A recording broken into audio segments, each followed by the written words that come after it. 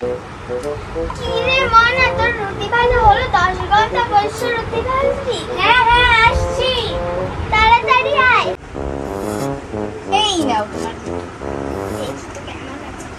খেয়ে দেখি তো কি শক্ত রে বাবা, এত শক্ত রুটি হয়েছে।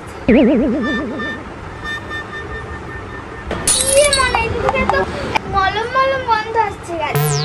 ও মেয়েটা আমি এই পুড়ে গেছিল না, তাই জন্য একটু মলম লাগিয়েছে, ভালো করেছি। হায় রে ভগবান, তুমি মানুষের মুখে আমাকে তা গরু পাঠিয়েছো। কি রে মনা, কোথায় গেছিস? তোর তো কোনো খোঁজ খবরই নেই। কি রে বাবা, কি হয়েছে তোমার? সারাদিন তুই মোবাইল নিয়ে বসে থাকিস, তোর কোনো খেয়াল আছে? তুই যে এই বালিশের উপর বসে আছিস, তোর বাড়িতে পড়ে উঠবে। তুমি এখন ওই আদিমকালের কথা নিয়ে পড়ে আছো মা? মায়ের কথা তো ফালানো যায় না। তোর যদি বিশ্বাস না হয় তাহলে তুই রাত্রেই দেখে নিস। ধুরো বাবা, ভাল লাগছে না, তুমি এখান থেকে যাও তো, রাতে কথা আমি রাত্রেই দেখে নেবো। হ্যাঁ হ্যাঁ যাচ্ছি, তোর কাছে থাকার কোনো আমার কোনো ইচ্ছাও নেই। চুলকাচ্ছে কেন?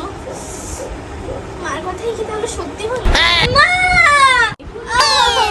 কি হলো? এই ভদ্রকে চিল্লাচিল্লি করছিস কেন? তোমার কথাই সত্যি হয়েছে মা। মায়ের কথা না শুনলে এই অবস্থাই হয়। তখন বলেছিলাম না, দেখলি তো? হ্যাঁ আমি হারে হারে বুঝেছি, এরকম ভুল আর হবে না আমার। আচ্ছা ঠিক আছে বাবা, আয়। দেখেছো তো তোমরা, তাই জন্য তোমরা সবাই মায়ের কথা শুনবে। যদি তোমাদের আমাদের এই ভিডিওটা ভালো লাগে তাহলে অবশ্যই লাইক, কমেন্ট এন্ড সাবস্ক্রাইব করো। টাটা।